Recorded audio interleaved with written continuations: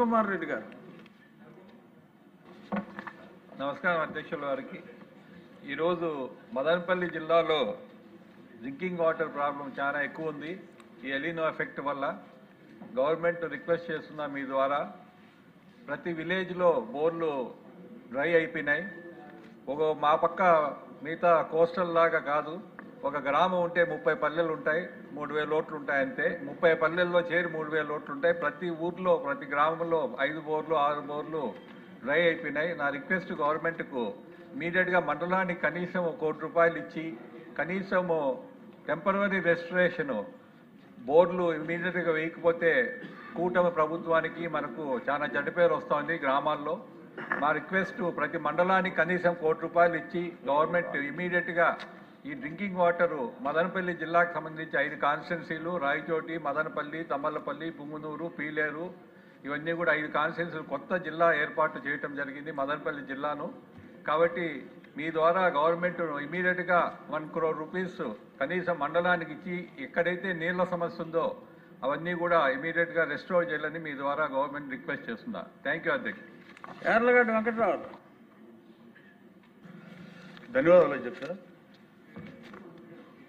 ఈరోజు నేను ప్రస్తావించే అంశం కేవలం ఒక భాషకు సంబంధించిన అంశం కాదు అధ్యక్ష. ఇది పిల్లల భవిష్యత్తుకి, మన సంస్కృతికి, ముఖ్యంగా మన మాతృభాషకి సంబంధించిన అత్యంత ముఖ్యమైన అంశం అధ్యక్ష. ఒక 3-4 నిమిషాలు టైం ఉంది అధ్యక్ష. 2-3 నిమిషాలు నుంచి మాట్లాడండి అధ్యక్ష. ఈ రోజు లేకపోతే రేపు మాట్లాడదాం.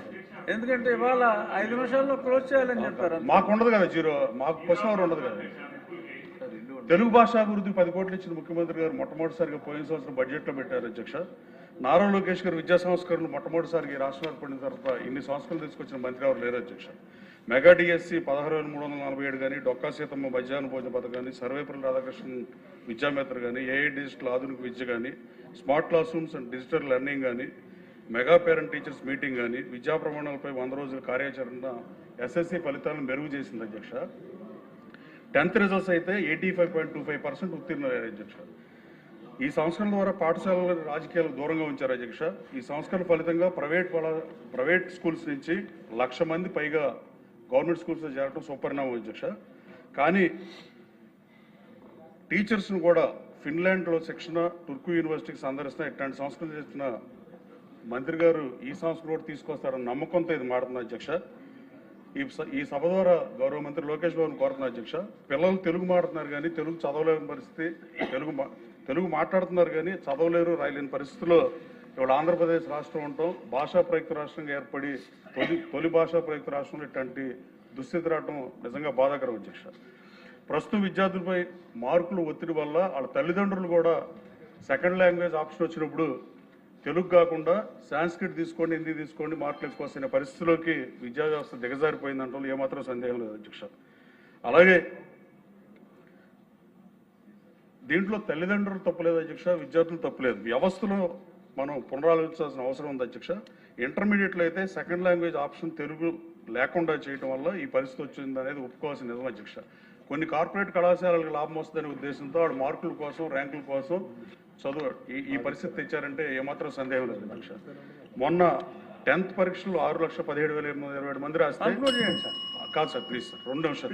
సో కాదు సార్, మొత్తం ఫెయిల్ అయిన విద్యార్థులు 91,000 మంది ఉంటాయి అధ్యక్ష. తెలుగులో ఫెయిల్ అయిన వాళ్ళు 37,000 మంది ఉన్నారు అధ్యక్ష. ఇంగ్లీష్లో 8,700, హిందీలో అయితే 1,400 ఫెయిల్ అయ్యారు అధ్యక్ష. అంటే మాతృభాష ఏ పరిస్థితిలో ఉందో చూడండి అధ్యక్ష. అలాగే క్వశ్చన్ పేపర్ మార్చి ఈ వ్యాకరణాలు, పద్యాలు ఇలాంటి గిడుగు రామ్మూర్తి గారు తెలుగుని వచన కవిత్వంలోకి తీసుకొచ్చిన తర్వాత తెలుగు బతికింది. మళ్ళీ ఇప్పుడు తెలుగు ఈ రాష్ట్రంలో ఫ్లెక్సీల మీద కూడా చూడండి అధ్యక్ష, తెలుగు అన్ని తప్పులు రాసే పరిస్థితి అధ్యక్ష. దయచేసి సెకండ్ లాంగ్వేజ్లో పేపర్లు మార్చి, క్వశ్చన్ పేపర్ మార్చి తెలుగు తీసుకున్నా కూడా 90 మార్క్స్, 98 మార్క్స్, 99 మార్క్స్ వచ్చే దిశగా ప్రభుత్వం, మంత్రి గారు కృషి చేయాలని కోరుతూ, ఇంకోటి ఏంటంటే అధ్యక్ష, దీనివల్ల ఏం ఉపయోగం లేదు అధ్యక్ష. గణాంకాలు చెప్పే నిజం కూడా గతంలో ఇంటర్మీడియట్ చదివితే దాంట్లో ఇప్పుడు ఉపయోగం లేదు. గతంలో ఏంటంటే ఎంసెట్ ఉన్నప్పుడు మార్కులు ఇంపార్టెంట్ కాబట్టి అందరూ హిందీ, సంస్కృతి తీసుకున్నారు అధ్యక్ష. కానీ ఇప్పుడు జేఈ మెయిన్స్ దేంట్లోనూ ఇంటర్మీడియట్ మార్కులతో ఉపయోగమే లేదు అసలు.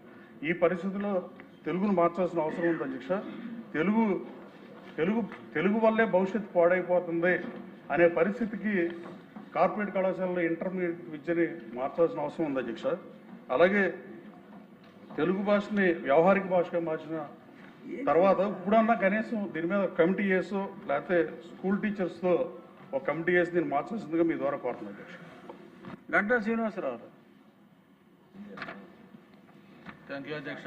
ఇంత హెక్టిక్ టైంలో కూడా మళ్ళీ మాకు అవకాశం వచ్చింది. సార్ ఇది అన్యాయం అండి. మీరు ఒక పక్క మాట్లాడుతూ ఉంటే ఇంక మీరు అలా గొడవ చేస్తే సీనియర్ శాసనసభ్యులు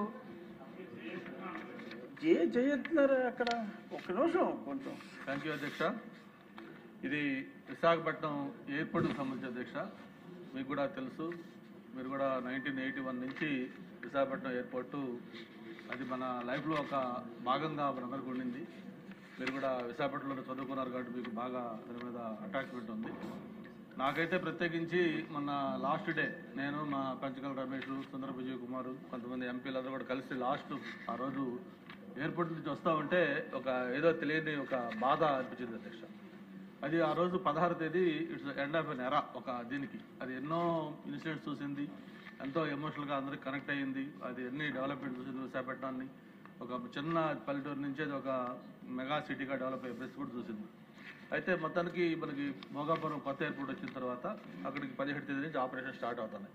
అయితే ఇక్కడ ప్రధానంగా ఏదైతే ఉన్న సమస్య ఏంటంటే భోగాపురం ఎయిర్పోర్ట్కి వెళ్ళిన తర్వాత పాత ఎయిర్పోర్ట్లో దాదాపు 1470 మంది అక్కడ గ్రౌండ్ స్టాఫ్ కానీ, ఈ క్యాటరింగ్ కానీ, గార్డెనింగ్ కానీ, లేకపోతే హౌస్ కీపింగ్ కానీ, అవుట్సోర్సింగ్ కానీ, లేకపోతే పైన ఉన్న హోటల్స్, షాప్స్లో ఉన్న వర్కర్స్ వీళ్ళు కానీ మొత్తం వీళ్ళందరూ కూడా చూస్తే ఒక దాదాపు 1470 మంది వాళ్ళు ఉన్నారు అధ్యక్ష.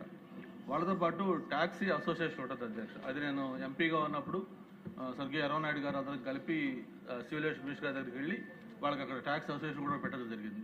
అది ఒక 100 మంది దాకా వాళ్ళు ఉన్నారు అధ్యక్ష. వీళ్ళందరూ కూడా అక్కడ ఏదైతే కొత్త ఎయిర్పోర్ట్ ఉందో కొత్త ఎయిర్పోర్ట్లో వాళ్ళని అకామిడేట్ చేసేదానికి మేనేజ్మెంట్తో కూడా మాట్లాడడం, వాళ్ళు కూడా చేస్తూ ఉన్నారు. ఇంక దాని మీద సరైన డిసిషన్ తీసుకోలేదు. కాబట్టి మీ ద్వారా మళ్ళీ ఒకసారి ఏదైతే అక్కడ పనిచేస్తున్న ఇన్నేళ్ళు ఆ ఎయిర్పోర్ట్ డెవలప్మెంట్లో విశాఖ అభివృద్ధిలో పనిచేశారో వాళ్ళందరూ కూడా ఆ ఉపాధి అవకాశాలు దాదాపు 1470 మందిలో కొంతమంది వెళ్ళారు. మిగతా బ్యాలెన్స్ ఉన్న వాళ్ళకి కూడా అక్కడ ఏదో చోట ఎయిర్పోర్ట్లో అకామిడేట్ చేసి వాళ్ళ జీవనోపాధి కూడా కల్పించాలని కోరుకుంటా ఉన్నాను. నిన్న మనం చూసాం వీడియోస్, కొంతమంది ఆ లేడీస్ కానీ లేదా అక్కడ పనిచేసిన వాళ్ళు కానీ వాళ్ళ ఆక్రందనలు, వాళ్ళ బాధలన్నీ. కాబట్టి మీరు కూడా దాన్ని కొంచెం రికమెండ్ చేస్తూ పోతారు. నిన్న మొన్న పేపర్లో కూడా చాలా హృదయ విదారకంగా రాశారు మీరు చెప్పింది.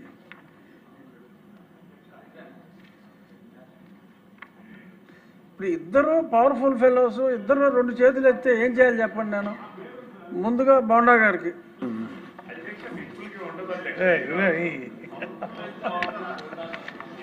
మరి విప్పుల పేర్లే రాసుకున్నారు. విప్పులు ఏం లేదు అధ్యక్ష. అధ్యక్ష నమస్కారం అధ్యక్ష, ధన్యవాదాలు. సెంట్రల్ నియోజకవర్గంలో ప్రధానంగా ఉన్నటువంటి సమస్య అధ్యక్ష ఇప్పుడు నేను చెప్పేది. గతంలో కూడా ముఖ్యమంత్రి గారు అల్లూరి సీతారామరాజు గారి విగ్రహానికి అక్కడ నివాళులర్పించడానికి వచ్చి అక్కడ ఒక ఫ్లైఓవర్ ప్రజలు అడిగారు అధ్యక్ష. ఎలక్షన్ ముందు సీఎం గారు కూడా దానికి అధికారంలో రాగానే చేపిద్దామని చెప్పారు అధ్యక్ష. 95లో అధ్యక్ష ఆ రోజు చంద్రబాబు నాయుడు గారు తొలి ముఖ్యమంత్రిగా బాధ్యతలు వచ్చినాకే సింగనగర్ ప్రాంతానికి మొట్టమొదటి రైల్వే ఓవర్ బ్రిడ్జి వంతెన నిర్మాణం చంద్రబాబు నాయుడు గారి ముఖ్యమంత్రిగానే జరిగింది అధ్యక్ష. ఇవాళ ఆనాటి నుంచి ఈనాటి వరకు అంటే 30 సంవత్సరాలు అయింది అధ్యక్ష. ఈ 30 సంవత్సరాల్లో రెండో ఫ్లైఓవర్ లేకపోవటం వల్ల చాలా ఇబ్బంది పడుతున్నాం అధ్యక్ష. అంటే దాదాపు 150,000 జనాభా అవతల వైపు నివసిస్తున్నారు అధ్యక్ష. వాళ్ళందరూ రోజు ఉద్యోగాలకు కానీ, పనులకు కానీ, ఆటోలకు కానీ ఎన్ని యువతల వైపు రావాలంటే సిటీలోకి ఆ ఆర్ఓబి లేకపోవటం వల్ల ఇబ్బందిగా ఉంది అధ్యక్ష. దానికి ప్రపోజల్ పెడితే రైల్వే వాళ్ళు స్టేట్ గవర్నమెంట్ మేమైతే ఒకటేసాము, ఇది రాష్ట్ర ప్రభుత్వం నిధుల నుంచి చేసుకోవాలని చెప్పి రైల్వే వాళ్ళు రిప్లై ఇచ్చారు అధ్యక్ష. కాబట్టి అది ఒక 70 కోట్లు ఎంత అవుతుంది అధ్యక్ష.